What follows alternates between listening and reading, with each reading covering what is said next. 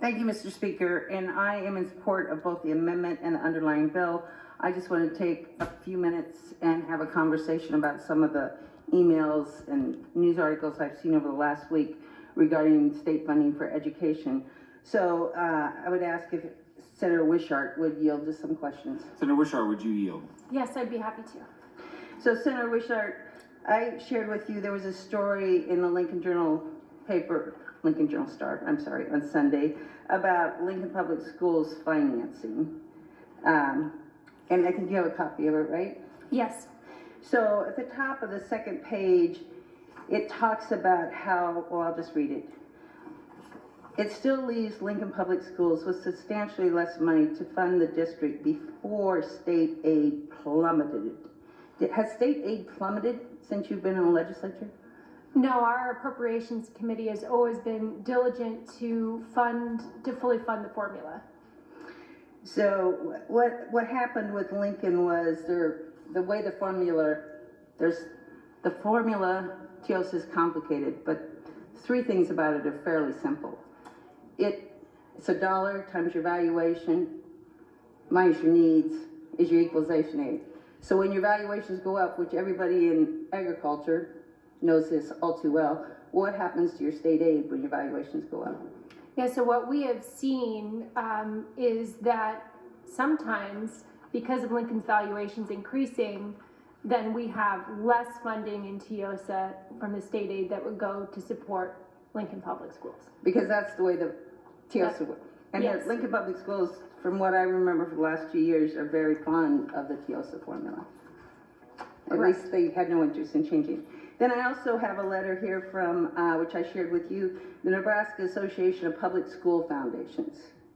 And in their second to last paragraph, it states, when the state aid leaves public school funding formula short.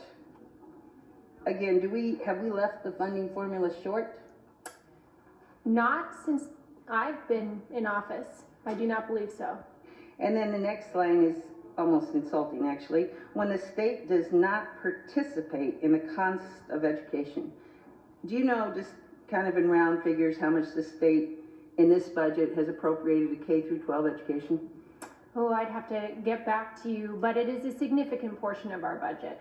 It's well over $1 billion, is it not? Yes. Thank you. And then we have the Nebraska Education Collaboration.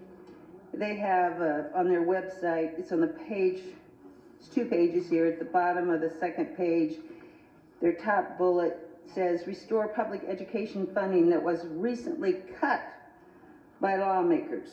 Again, have we made any recent cuts to education funding?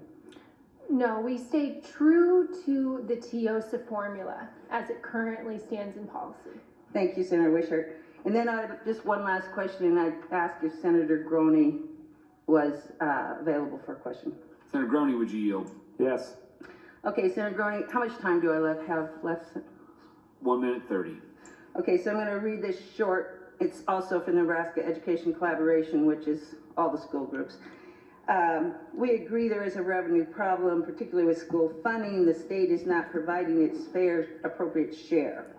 The primary reason for property taxes are high in Nebraska, basically because we do not provide enough state aid. Did we work last year, Senator Groney, to provide $513 million more in state aid to public schools? Yes, we did in 1106. We corrected that error, and the teachers union fought us vigorously behind the scenes because they disagreed. They wanted to keep the property taxes and the state aid. Thank you. But at the state aid collaboration, just so I can tell you who's on here, Nebraska Council of School Administrators, did they support more state aid? Last year, did they support 1106 school administrators? No. Association of School Boards? No. State Education Association? No. Stance? No. NERCSA? Originally they did, but they got their arm twisted and they changed their mind. GNSA? No. So none of those groups that make up this coalition supported $513 million more in state aid for schools last year. Yes, it's kind of ingenious to tell us that we didn't fund state aid and berate us when we tried last year.